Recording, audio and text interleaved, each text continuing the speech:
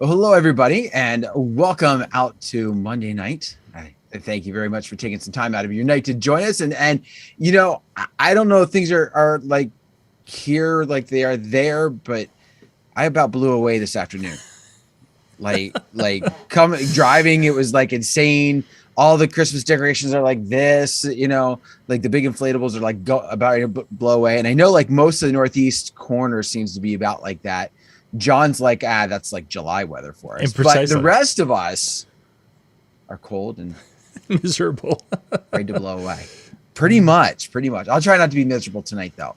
I promise. Try not to. Do I have to promise that? No, because then we'd wonder what was wrong with you. Thank you. You're welcome. But no, we've got some fun tonight. And in case you're like, wait a minute, I got some notification. I'm clicking on.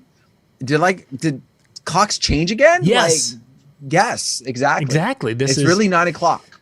We fell forward. No. We crawled backwards. No. We got slapped and we ended up here. The wind pushed us. The wind pushed us back. That's right. All I know is that I had to put a big giant thing on my whiteboard in the studio. 8 o'clock show. Oh my goodness. No. So this should be good. John, you said you're going to talk about this, and MJ is going to wrap us up in 5 minutes. This might be our shortest show ever. Could be.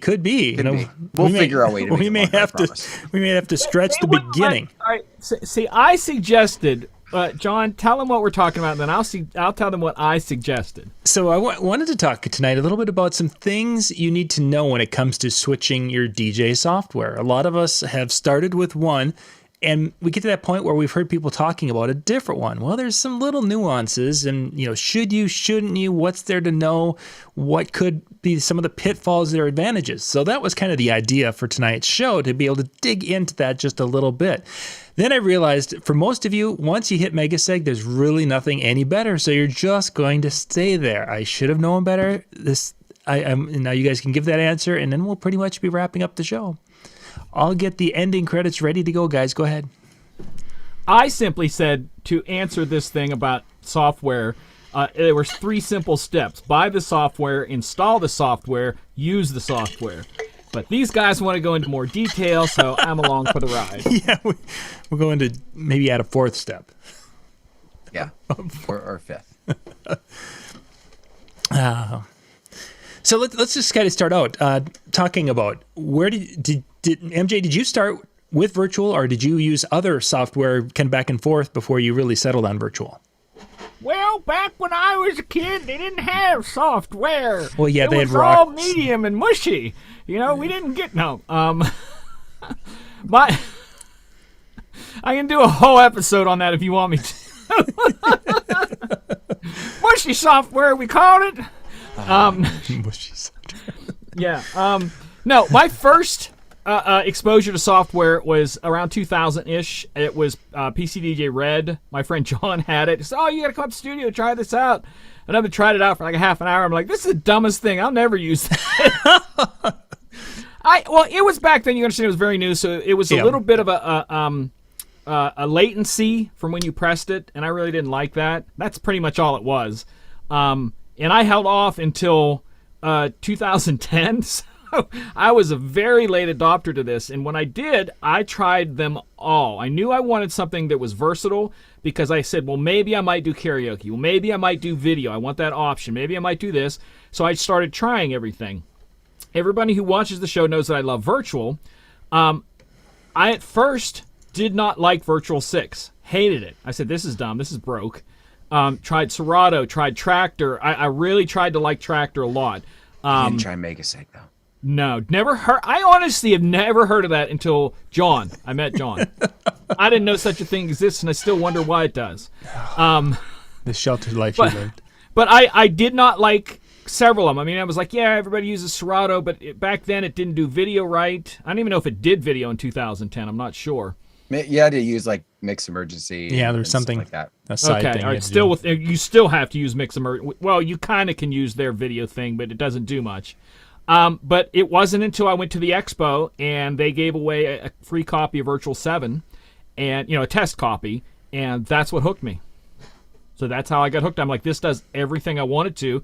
It's solid. It's reliable. This is it. And that's what I jumped on there. Dan, how about yourself?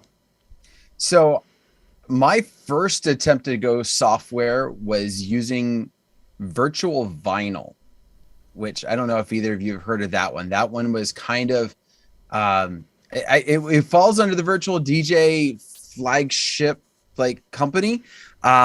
And I think it was like their attempt to do what Serato was doing, because it came with like, it came with a little box, and it would read time code for you, and it would respond to the software. I couldn't get it to work to save my life. I tried pretty much anything I could. I was on support forums. I did. I reached out to the company that I bought it from, tried to get their help. Nothing finally worked. And finally, that the company that I bought it from did let me return it, which was like a big no-no, because you bought the software and you can't return software, whatever. I was like, then help me get it to work. I'll keep it if you can make it work. And so finally they gave in and gave me store credit. So I used that, went from there to Serato. I was Serato probably for quite a while. I stuck to strictly Serato. And then I wanted something for weddings that would give me a little bit more versatility, that would give me the ability to have a remote and be on the floor. So Virtual at the time had like the remote software through their phone. They still do, but it was like, they were like one of the only ones who did it. Short of having to like MIDI map some weird thing in my phone. I didn't want to do that. So I had that, was then I switched to virtual. And so I would do, when I would do club and school events and bars and school events, I would do Serato. And when I was doing weddings, I was doing virtual. So I went back and forth for the longest time, and probably wasn't until probably the last 2-3 years, I finally really just stayed with virtual. It was too much to try and keep up both organizations the way I wanted it, like the file organization. I didn't try any others. I didn't care to. Oh, actually, I take it back. I use the DJ app from Algorithm for when I'm doing ceremonies, but that's it. Yeah, I've never actually performed a whole show and actually utilizing anything with DJ as far as the mixing and such. But I have done whole shows where I have loaded it up with and set it on the playlist when it was possible in whatever version that was, 10 years ago. One of the earlier versions, I went through and I set up 120 songs in an iTunes playlist. And at that time, it would actually play the songs from an iTunes playlist. And so I used that. Obviously, I use Megaseg because I'm a Mac person. That was one of the first Mac softwares that were out there outside of iTunes. For performing. So that was what I used. And then after we started talking about virtual DJ and MJ showed me some things with that, that's where I've gone to, and I haven't touched the others. I've used Spotify's playing capability more than I've played anything short of virtual.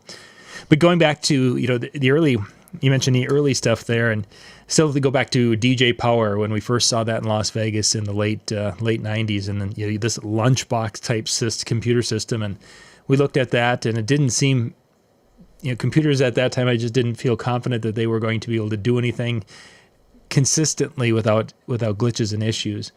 And then the cost of these systems, and they're wanting $15,000 for a computer with the software built into it, and just didn't seem realistic to be an option at the time. While many DJs jumped on it, I just wasn't going to. So it took a little time, but here we are.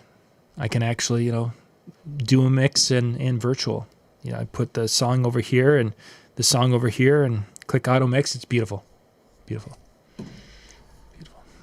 He's messing with you, because if you put one here and you put one here and you hit the auto mix, it doesn't go back and forth in virtual. So don't try and lie to us. The button I MIDI mapped for him does. Oh. See. Press the button, load the song, play. Press the button, fade out, load the song to a specific cue point, play. Press the button, load the song to a specific cue point, play. See all that? Yeah, but you have to keep pressing the button. Just once, and it did everything. Oh. Yeah. I think you wanted to change the song. Yeah, he was going through the whole sequence of what happened when you press the button. Yeah. Yeah. It did it all for just one button. Oh, I'm ready to mix now. One button. Fade the song out. Start this song on this cue point. press the button. Yeah, that's multiple pressing buttons. That's not auto mixing. No, that's called That's auto loading. That's the mega That's- seg button. It's mixing because it's doing the beat match if it can. Okay. So it's putting it at saying it's moving the BPM and giving it start at this point. So when it starts at this point, this one echoes out equally. As this one goes. Pretty scientific. And I will do that for your computer if you like it for $700 per button. Does that include those buttons that don't work very well on? They work. They just take a little bit of extra love. Extra, yeah. I gotta give them a little extra love. Give them a little. Hey, how you doing? You waking up? So let's talk a little bit about because there's many articles and many videos done about this and such. And one of the articles we were looking at here today talked a little bit about getting your music ready to go into software, and that wasn't early on when we first started this. That wasn't even a concern to a point. Maybe trying to organize it a little bit was, but there's more to prep our music today. And MJ, can you just talk a little bit about when people are talking about getting their music prepped for performance? What kind of things are they referring to? Put the song in the computer, press play. You're done. Okay, well that was quick. Please. That was quick. We're still on that quick show. Here's the. I don't know how much detail you want me to go. Are you talking per software? General population, not the MJ tagging. No. Because you got to understand, with Rekordbox, you can't put video and audio in the same folder. So that's one software that something has to be done differently than the other two. So that's why I asked, do you want specifics of each one? Well, let's just kind of go through and work our way around a little bit of what would I need to do to prep. Kind of prep would be involved with music into Virtual or Serato or Rekordbox. Just pick one and let's go with it. All right. So you're saying that you have a library of songs. Correct? I have a library of songs that I just stole from the DJ down the road when he wasn't looking. I highlight, click, drag. You bought a legal hard drive online. Yeah, exactly. Off eBay, and it cost me $200, and now I have 40,000 songs because that's the going rate. There you go. All of them are kind of the same, except for, again, Rekordbox. Serato scans it. Virtual scans it. Rekordbox, you have to import them. So it's almost the same thing, but it's not. Mm-hmm.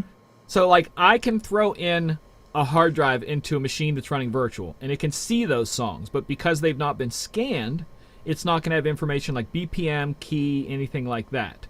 You scan it to get that information. You can still play it. Same with Serato. It will see them, but it won't get any of the tag data. It will not quantize them. Or am I saying you know what I mean? Quantize them, not quantize them. There's no D in there.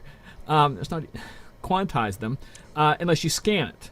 And that's kind of like the little difference with them, that you could technically throw a hard drive in that you bought and DJ from it.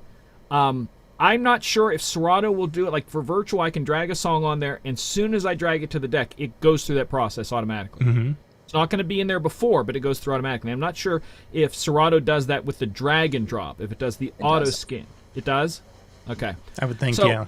Most of the time, it's that. So if you're just starting from a blank canvas like that, things like genres are dependent on whoever put them in that song. So someone could look at Prince and go, "Oh, that's a soul artist," or no, Prince is disco, and now in that folder of whatever you're doing, you're going to see a Prince song as disco. So whatever, you are subject to whatever was there in the tags. You yourself still need, in my opinion, need to go in and go, no, this is R&B, this is pop, this is whatever, and then either change the tag or put it in a playlist, a folder, a crate marked for that so you can find it better.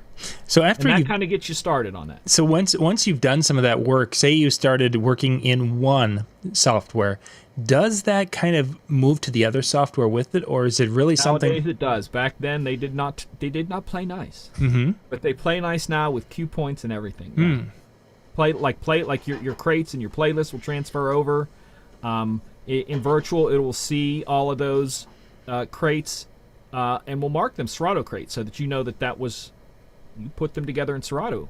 So if you're like, oh, I'm using this at a wedding, I know in my Serato crate it was this, and then you can find it that way. In fact, one of the new things Virtual did was giving you a chance to search just the crates. So now you can say, I know it was a crate from wedding in December, and there's a search now that you can search separate from songs for specific crates. So if I know it's a wedding, it says wedding September, and it'll only then show you wedding September, and that'll shorten that out a little bit.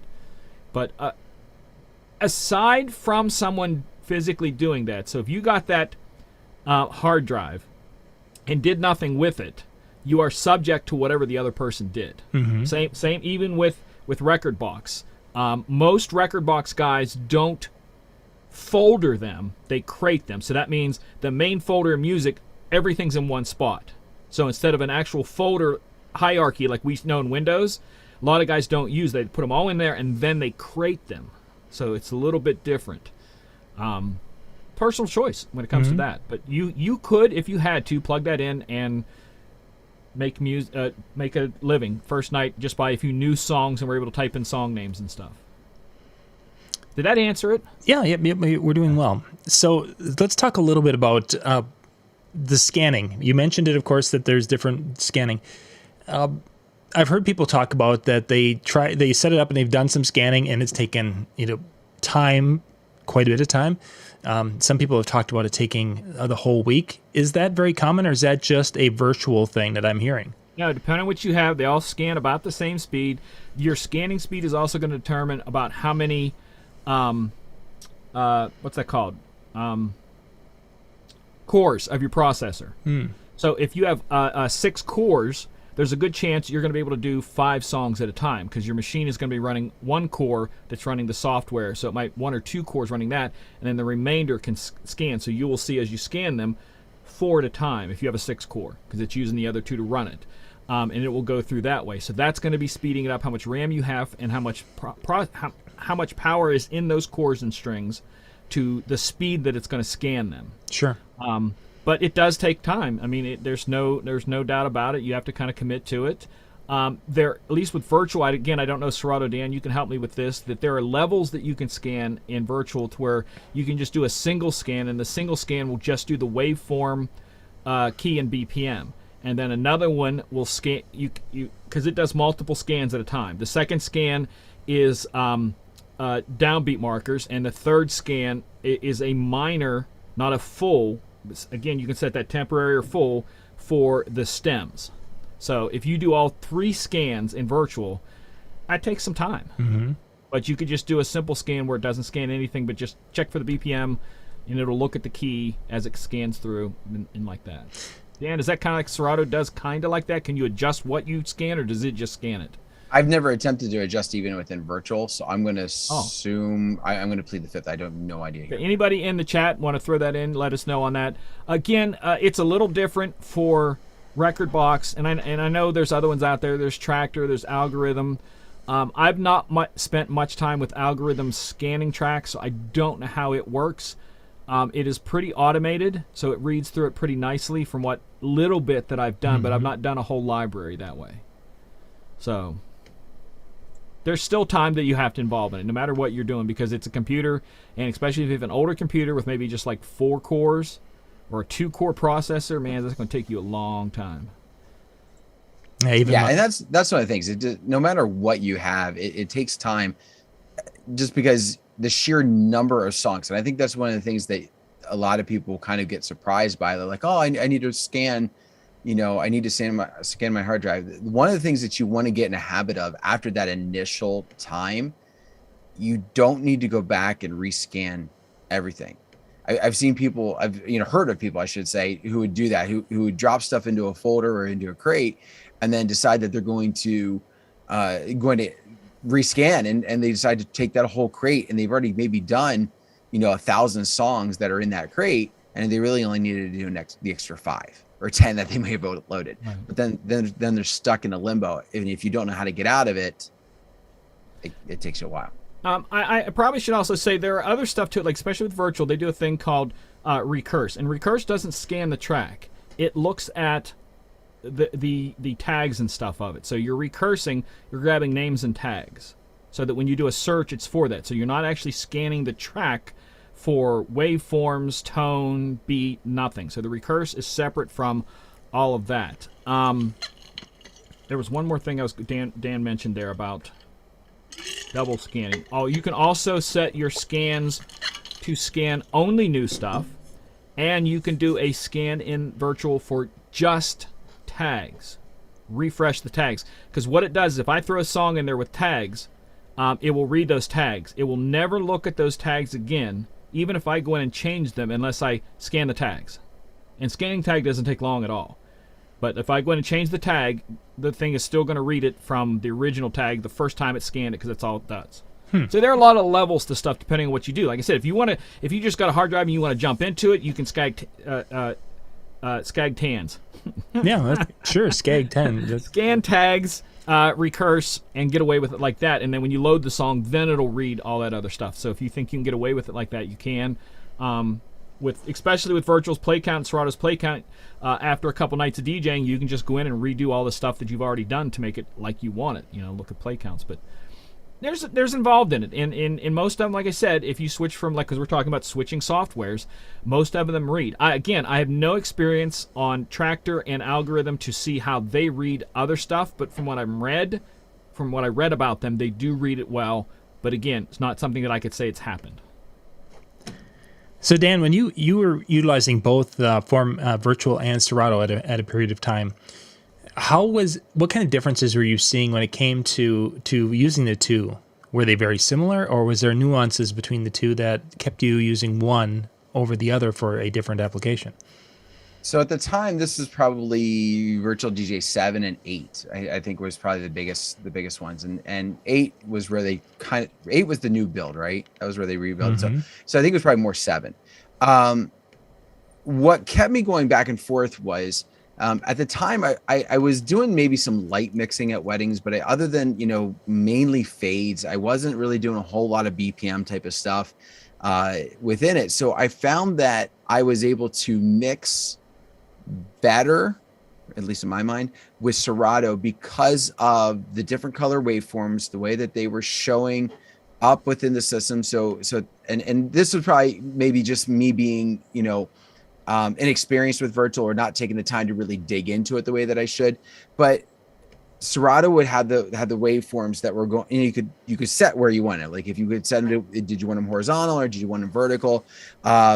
And so I always had mine running vertical, and it was right there in the middle, and I could visually mix everything without even necessarily headphones. And but I was able to match a lot better. I was able to see which one was off, which one was going faster, which one was going slower. With Virtual, they weren't like this. They were more on top of each other, like faded. One would be faded, one would be out, and so it was harder for me to see visually which one was off and which one was on, and sometimes I could tell, and I wasn't doing a split queue, so I was trying to figure out, okay, which one's off, and I just didn't like that feeling of not being able to instantly grab it. Oh, it's this track, and let me just nudge it back, or let me nudge it forward.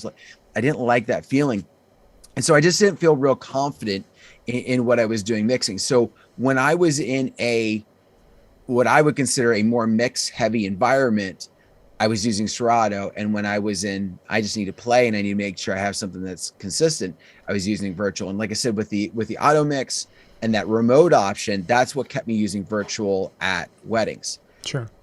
The overlay would have had to have been 6.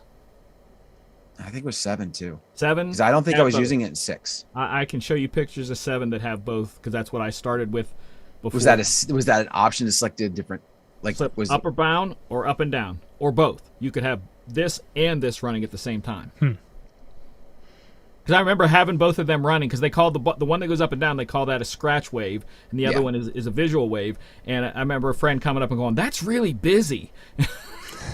I'm like, "Well, I can shut one off if you want."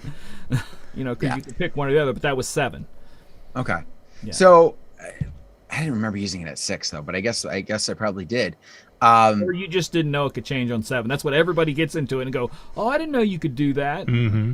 Yeah. Well, and that very well might have been the case, but also the difference at the time, the difference also in the color waveforms. Like I will say that was one thing I've not messed with virtuals, the ability to change colors on it, because I know you can do that now. But at the time, that was one of the things that was really strong with Serato. Like the snares were like a bright white, and you could really see the pops of the sounds, so that when you're mixing, if you weren't hearing it exactly, you could still see it just as plain as day, to the point that if you weren't using headphones, you probably could still pull it off seamlessly. And I'm sure I know there are some that do. And I just didn't feel that way with virtual at the time. Now I've gotten to the point where the new setups, I run them on top of each other. I don't run them vertically. I don't use the colors where I did before. It's just one of those things where I think as I got used to it and started doing more weddings and less of the other stuff, I just started playing, and now I just don't go back. And that is the rest of the story. There we go. How did you manage your music library, Dan, during that time when you were kind of flipping back and forth between the two? Did you have to and tagging twice, or what did you find yourself doing? So I don't tag beyond what is the default tag. Okay. I don't mess with that at all. And MJ's like, I hate you. You do what you want to, because I'm going to play the songs faster. That's all. Please don't tag them, because I know I'm going to get the job then, because I'll find it. But you would search for things way differently than what I do. And you have a different, your mentality that we've talked long and hard about. My choice on tag names is different, but you could make it whatever you want to search the way you want. So if you wanted to strangely name something, you could. That's the only advantage. You can do what you want. I choose to do stuff weird. Like, I'll tell everybody right now what I do, and there's people going to be mad at me. To me, hip-hop died the first day that Lil Wayne picked up a mic. So there is no hip-hop in my computer after Lil Wayne. It's all urban pop, urban dance, urban this. Before that, it's hip-hop. Okay, so to the question, what I did was I was doing a lot of it was within Serato. I just had all my crates, and I would, I had I DJ intros. I had what? Crates or folders, just to clarify. Serato is crates. So they weren't folded in the hierarchy system. They were crated. Serato is separate. crates. No, I'm making sure. Yeah, so that they know that. Yeah. Yes. Yeah. To my understanding, there's no folder system within Serato. Correct. Okay. You can kind of look at it, but I don't think it's searchable, if I'm correct, right? I think you can click on it and it brings it up in there, but it's non-searchable. It's above the thing. Like you click to the left of the search thing, because you can do the left of the search thing of like title and all that, but you can do the hard drive and you'll see the hierarchy, but that's not searchable. Anyway, so I would have these crates, and I would just buy, and I did it by genre. What I would do is, and this was kind of almost ridiculous that I had it. I was like, but within my hard drive, I had that same type of hierarchy within my folders. So I would just drag the folder and drop it into the crate. And then when I added new music, I would just drag and drop it into the crate, and it would only add the new stuff. And then I was able to scan it by looking at everything. Within weddings, it was very much the same way, but I wasn't utilizing the Serato crates. I was using the virtual DJ folders within that, and was mainly dealing with those folders. And then I think MJ showed me how I could actually use the folders that I already created, and I didn't have to create any more virtual folders. And that now I'm going back to using some virtual folders again. So it's just like, yeah, whatever. But that was how I would. There was a lot of redundancy. There was a lot of double setting things up, because I didn't really like utilizing my Serato crates, even though there was a lot of similarities. And I think part of it was also because within the bar scene stuff, I would have some explicit versions, and in my weddings, I didn't want that to show up at all. So I was very careful when I was creating to make sure that certain stuff was never in the drive at all. Or I shouldn't say never in the drive, never in the software search. Let's talk. We have to wrap the show up a little bit earlier tonight, guys, because we got to switch to Howie. He's going to be coming in at 9 tonight. But let's jump to controllers and talking about how some controllers are more, or I should say, some software is more conducive to a larger variety of controllers than others. And I didn't wear my virtual shirt tonight. I was reading an article that talked about this a little bit, and they talked about Rekordbox. So let's actually start with Rekordbox. I'm not even sure. Can Rekordbox work with anything beyond a Pioneer? Yes. Okay, so they do have it so you can MIDI map within. As far as I know, I've not tried it. Yeah, it will because I've used it with my 7000. Okay. Yeah. I'm pretty sure. Wait, did I? I thought it was exclusive. I thought that was one of the. I looked that up. You looked it up, but yeah, I thought for some reason I was thinking that Rekordbox and them were exclusive, that you did not have the ability to play it on another platform, and kind of like the pushing point was like, hey, if you want to use our software, you got to use our controller. Mm-hmm. Keep talking. Okay, according to this, and this was 2020, because I just typed in Newmark, because I put in Denon first, but because Denon has Engine, it can work with Engine, which I knew that. So if you have a standalone running Engine, Rekordbox crates and whatnot get transferred into Engine on a Denon. But I just typed in Rekordbox work with Newmark, and this was a post as of 2020. My controller will not work with Rekordbox, and it says Rekordbox not working with Newmark controller. Okay. There's other things here about working so someone in the chat, if you know for sure, let us know. The Newmark mixer won't work natively with Rekordbox DVS. You could add the Rekordbox interface, which will allow you to use DVS. So there's workarounds, I think. You said you would have to have some other piece of equipment, very similar to, like, so back when I first started within it, that was back when you had like the SL1s and that for Serato. I wanted to be able to use it with, I wanted to be able to use my box with my MK1, my MC6000, like the first generation. And at that time, it was a virtual only controller. And Serato would not work with it, but I was able to put an SL1 box in the middle between the controller and the computer, and then it would work.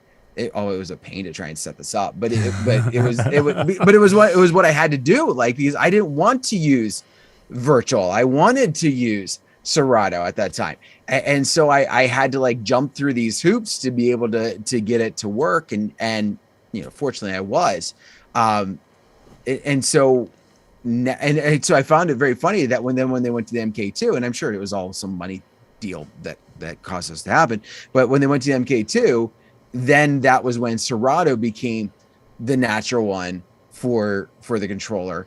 Now, again, if you have, and MJ's probably going to talk about this, I'm going to steal his thunder, that if you have virtual, they might not come out as soon as the controller comes out, but it is a very short time between when that controller comes out when virtual will be able to play on it.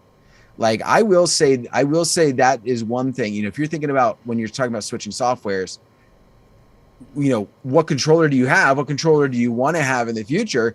If it's a Serato or it's a Rekordbox or potentially an Engine, you might be having to switch softwares because the controller doesn't use it. Kudos to Virtual for their team of constantly finding something to plug in and go, you want that controller to work with us? Give us 2 weeks. Give us a month tops. We'll make it work. And usually it's like a week. It comes out on a Tuesday. Next week we got it for you.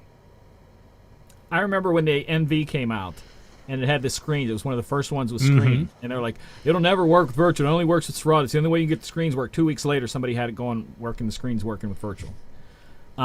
Virtual works with, here, I'm going to say this because, I always push virtual. Virtual works with almost 3 times as much as Serato does. But keep in mind, Serato is coming from a deficit because all they allowed for a long time was the SL boxes.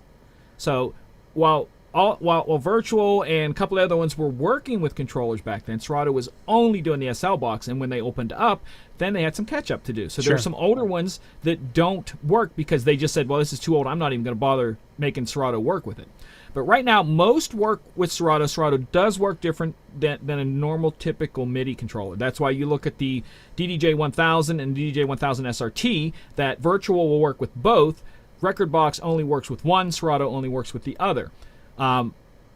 That's the way the software is, that they are working these things to try to get you in their ecosystem. But Virtual's like, listen, let's play nice. We're all just doing the same thing. We're all press and play. But you can work Virtual on pretty much everything. Like I don't know anything that doesn't work with Virtual. If not, somebody else has made it work with Virtual. But you do have a pliable list that if you switch brands, like let's say you're a Pioneer person and you're using Rekordbox and you go, I want one of those Denon standalones, you're screwed. Mm-hmm. Not totally. You can work around things, but you are limited on certain things, especially with any piece of hardware that has an internal sound card. So it all depends on how some of that works. And also you are limited by Mac to Windows also. So if you're running like Rekordbox on a Mac or Serato on a Mac, that limits you to the things that you can run that on, as opposed to those two things on a Windows. I just read a whole article about that, that some of them are now going, wait, Windows 11 now works with some of these softwares, where it was like, Virtual always worked with the new one. The old one, there's no reason why there's a hiccup, because it's just Windows that they had to change things for it. So if you are not committed to a piece of hardware, you might have to, yeah. Mm-hmm. That's something to think about. And most people don't. That's one of the things you got to realize. Most people, like Dan switching like that mid-career, he's not the average person, because most people ride for life on whatever they do, or I believe, honestly, in my opinion, there's a lot of people out there that will use like Serato for certain things and then maybe algorithm for some other things that they like the way the mixing works. So you get a little bit of that, but I say try them, because they all give you free versions of them that you can try. You never know what you might like. And I think that was also one of the problems that created, or Serato kind of created for themselves with it, for maybe lack of better terms, was back in the day when you had the SL boxes, their software was free, and you just had to pay for the box. But if you didn't have the box plugged in, it became very difficult to play with. Like there wasn't a trial standalone, where you could just like play it on your computer, like a trial version. Like you would not work. I take it back. It would work like an iTunes, where it would play one song and then and it was just one DAC, and then you had to bring another one up and run it like that. You couldn't just go through it. And so I think that was also some of the things that kind of worked to their advantage when they went to the Serato DJ as opposed to the old Scratch Live software, was then it then opened them up and to focus on, okay, you can buy our software and run it on a multitude of different controllers, and it opened up a bigger platform, a bigger area for them. But it just doesn't seem like they push it in that sense anymore. It's more like, okay, we're going to be on the controller. We're the ones that comes with that controller. Yeah, can I throw something in there, exactly kind of what Dan's saying real quick to emphasize that? You talked about them paying to have Serato on the thing, when it came around to that one. Just because someone says it's a Serato controller does not mean that's the only thing it will work with. Keep that in mind. Mm-hmm. When you're buying something, if it's a Serato controller, it says Serato on the box, so I have to use Serato. No, you do not. Keep that in mind, that Serato paid to have themselves on there. Or Rekordbox is because it's Pioneer. You're right. So keep that in mind when you're buying something that doesn't necessarily limit you to one or the other. So in the same way that we talk about switching software and hardware, when you're purchasing from the beginning, don't think that you're limited going, I want to use Serato, so I have to buy a Serato controller. No. So just thought I'd throw that in there. I want to kind of talk a little bit about, Shaney mentioned this, that there are some controllers that you can purchase that are a Serato controller, that you get a version of Serato that only works with that specific controller. It is licensed to that controller. MJ, I don't have a lot of experience with that. Can you describe that a little bit more, and then we can kind of talk about when that becomes a problem? I got two perfect examples for it that we've all faced right here, and the one I told you about last night. One was the 7000 MC7000 that Dan and I purchased. Okay, it came with Serato, but it was only licensed to that piece of hardware. So if I wanted to plug it into any other piece of hardware, I would have to pay for the full software. So they limit you and they get you with the extra add-ons. Serato always does that. When you buy virtual, you get it for life. You don't have to pay for any upgrades, nothing. Serato does the add-ons. And I found out the other night, because I've never used Serato with DVS. I've always used virtual with DVS. And I plugged into the Rain 1 because I'm considering buying it. Virtual's great. I'm like, I'm going to throw Serato on there because it's on the same computer. Came up, you need DVS to run this. So I have to pay extra. And I was even reading on forums today that it will when you buy that one, they give you Serato, but you literally have to pay $10 extra for the DVS on the software that you got with that controller to work on that controller. So there's little things like that do add-ons, but Wait a minute, I thought our 7000 came with the full DJ, full Serato. That was actually one of the things that was like a surprise. It was like, oh, like you bought the 7000 and we got the full suite. No, because I had to buy extra to go past that. I didn't. You may have had it and didn't know you had it, maybe. No, like I didn't. Because I thought I had DVS until I plugged that in and I looked down the list. Let me phrase it. I don't know about the DVS. I don't know about that because I never utilized that part of it. But there was a lot of the extra plugins that were just they were included with it. Mm-hmm. Yeah, I know that one for me at least wasn't, because I was like, you've got to be kidding me. But then you paid less than the full price for the extra piece. I mean, as opposed to paying, like a couple hundred, you may only pay $30 for that, open license, But again, these are things that I kind of wish they would spell out more, because it really does get people.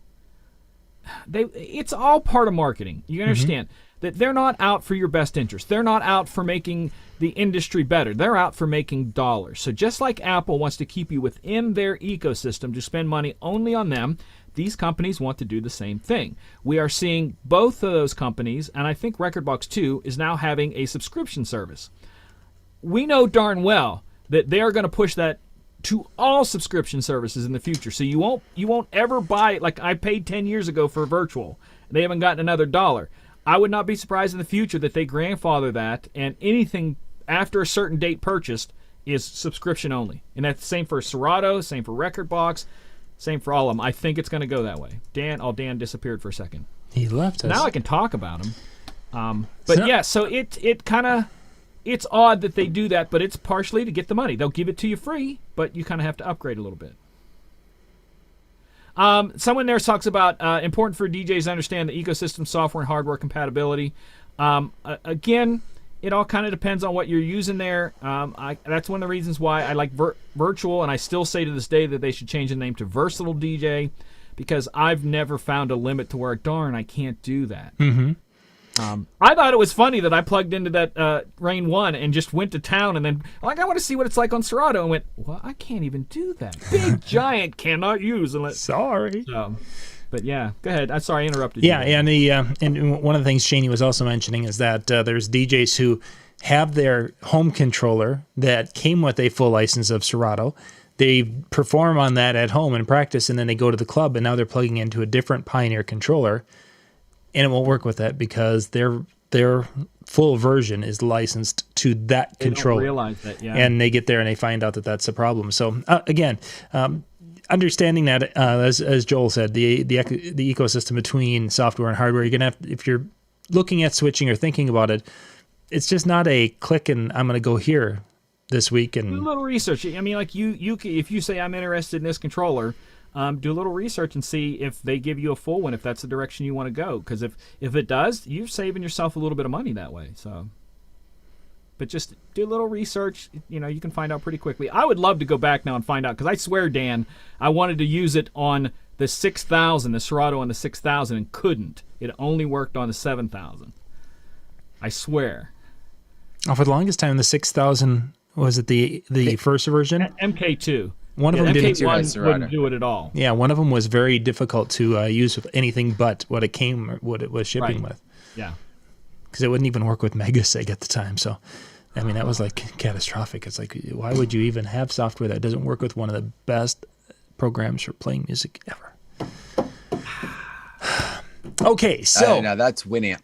Really somebody started off with Winamp at the top of the show. They brought someone did dump that in there. Yeah, they had that in there. So what's going to happen in about 15 that's minutes? a whole other thing that we need to do another show about the different types of DJing that to where if you don't do all this fancy stuff that like I do, it's okay to have something different. Oh, yeah. And there's many people. Just saw a picture of a guy who was DJing, and he's using a Winamp type system, and he's performing weddings, and people love what he does, and they enjoy it. It works for him. So it's the one thing though I would caution, if any of you are doing this, which I saw one time, it actually wasn't that long ago, which was I think even more scary. They had two computers hooked up, and they were playing basically off of iTunes, going from computer to computer, back and forth. And my thought was, for what you spent to have those two computers, you could have bought the main one, the software to do a back and forth on that computer, and maybe just have a small backup one rather than two of whatever you had. But we're talking, it was 2 years ago. Mm-hmm. I have a friend who lives in this area, DJs multiple weddings a week. I mean, professional, full-time, gets paid a lot, no controller, 2 laptops, a mixer in the center, has a main one and a second one. Main one is running this stuff, and the other one, and that's, he makes his living. And one day he was asking me, like, maybe I could learn some mixing and stuff like that. And then he called me back. He goes, I don't need to. I get paid doing this. I don't need to learn anything else. Yeah, And that was it. So I'm like, okay, cool. It works for him. Excellent. So in about 13 minutes, Howie and the crew are in the Boston area tonight. They're going to be coming to you live from the something of sound. Oh, goodness gracious. I'm just Harvest of Sound. Harvest, thank you. Harvest, it started with an H. Harvest of Sound. They had a speaker kind of shootout or demonstration today. They had a wall of speakers set up, and Ben Stubb was there, and they were kind of bouncing back and forth, hearing the different things. We were hoping to be able to bring that to you on the channel, but it didn't work out. So that video is not what it should have or could have been. So it's only about a 5-minute little interview of talking to some people after it was over. It's just unfortunate that sometimes when you're doing live stuff, it doesn't work as the plan was laid out. But Howie is all set up, and actually Jay Brannon is in town. So Jay and Howie will be live, and that'll be happening out at DJNTV.com/chill. And we'll be broadcasting that to all the channels also. So this one's actually going to be live, not recorded tonight. It'll be on YouTube and Facebook. And then after that, the chill room will be open, DJNTV.com/chill, where you can go there and hang out and talk after 10 o'clock Eastern. Well, whenever Howie's group is done, we'll have that all going. Tomorrow night, we'll be dropping a couple of shows, and then Brian and Jay, I believe, will be going on tomorrow night at 10 o'clock. It's basketball season here for me, so I'm pretty much done on Tuesday nights. Yeah, it's going to be crazy. But the next virtual expo is ready to go for next Monday night on the 13th. You can go to DJNTV.com/virtual expo, and you'll see who's going to be speaking: Scott Favor, Bill Herman, Jason Janai, and Jordan Marshall. They're going to be talking about creating the perfect event, or building the perfect event, however we had it billed as. But go check that out. You'll be able to find that for next Monday nights as we do our monthly training show. MJ, are you on this week, or what are you? The 15th. Okay, so next week.